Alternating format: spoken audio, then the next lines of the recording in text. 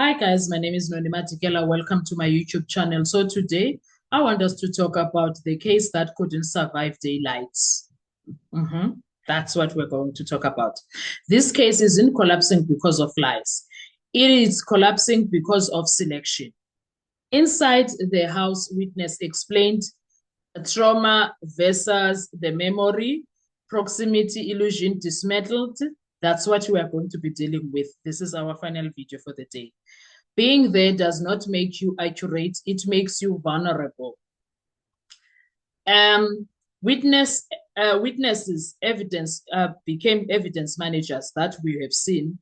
Identification as an anchor was used when Zandile Khumalo pointed at Bongani Ntanzi and also Tumelo Madlala pointed at Bongani Ntanzi. And then we also had selective amnesia. Those are the things that they did, things that they were things that they remembered correctly, quite frankly, and there were things that they did not remember. They would say, I don't remember that. Those things were very shocking. They are not lying, they are maintaining a narrative. There was a narrative that they are busy maintaining, and it had to stand, and they had to do whatever they can to maintain that narrative. So it needed to be done. And when it comes to the crime scene, the statements, the docket, court, there was a contamination journey. A trial illusion was exposed there, and there is nothing that anyone can do because when it comes to that, it was already out there. There was no way. Courts, we know that courts inherit investigations. They don't cure them. There is nothing much that the court can do about what is being brought to the courtroom. There is absolutely, in fact, nothing they can do. What they can do is to listen and make a decision based on what was presented in front of the court. And perhaps in this situation, based on what was not presented, but it's there. Based on things that were not said, that were supposed to be said. So there's a lot of things that are happening at once, and it's not even funny. It's not even funny. It's very sad. And now, because of the narrative that needs protection, now we find ourselves unable to, to sympathize with the trauma that they had to deal with, the people that were inside the house, because they've become part of the managers of the evidence. They've become part of the manufacturing of the case that is in front of the court. They've become now part of the storyline that was, or the story narrative that was, or the script writing. They became part of that. And now that alone is giving South Africans like opportunities to sideline them and be like, but if you're not telling the truth, how can I sympathize with you if you're not telling the truth? So those are the things that we have learned. And the Senzo Meyiwa case is one of the cases that has people learning a lot about law. Anyone who's paying attention to that case and watching it on a daily basis religiously, and now you find yourself going to read about Section 35, fairness of the trial, etc., about an accused right, about constitutional rights. There's a lot of things that we are learning there because we get curious. We end up asking questions about things and we go and read for ourselves. We understand types of witnesses, etc., because now they put us in that position. They put us in that position of asking questions, of understanding how was this docket made? What happened to the crime scene? It was contaminated. And then what else happened? Who arrived first? Who did what?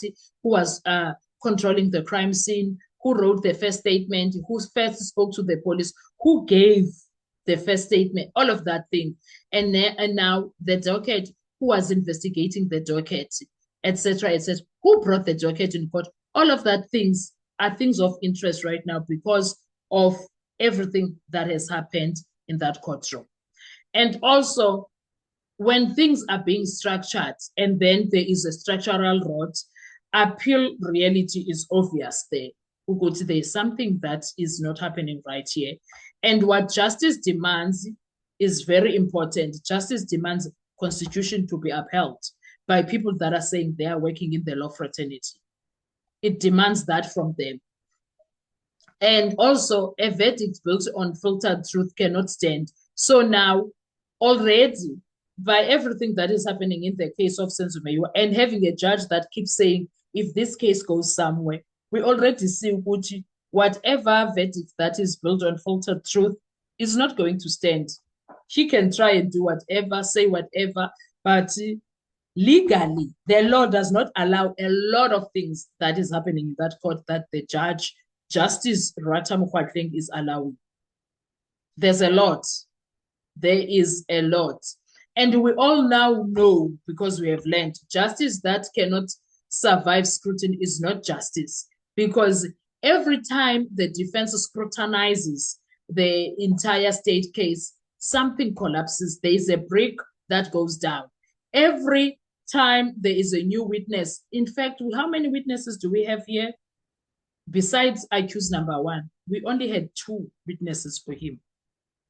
And already, brick by brick, things fell apart. In fact, even before going to the defense case, the state case on its own, brick by brick, it was put in shambles by its own case, by its own narrative, through cross-examination.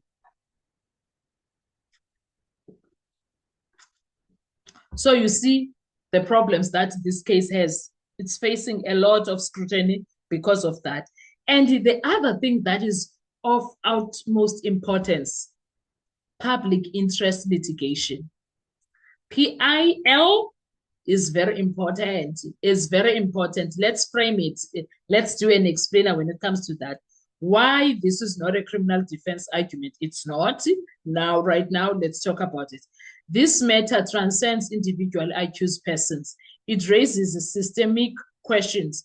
Can investigative discretion operate without transparency? Because George Malo is not transparent in that courtroom. He was never transparent for the defense. Everything that he gave them, they had to fight for it. They had to fight for it. Can alternative dockets be buried without judicial oversight? Those are the questions now that we are asking as people. We're asking those things. Can courts rely on evidence shaped before trial scrutiny?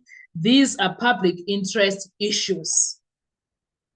Those are real issues that we are interested in as South Africans, as we are watching the case.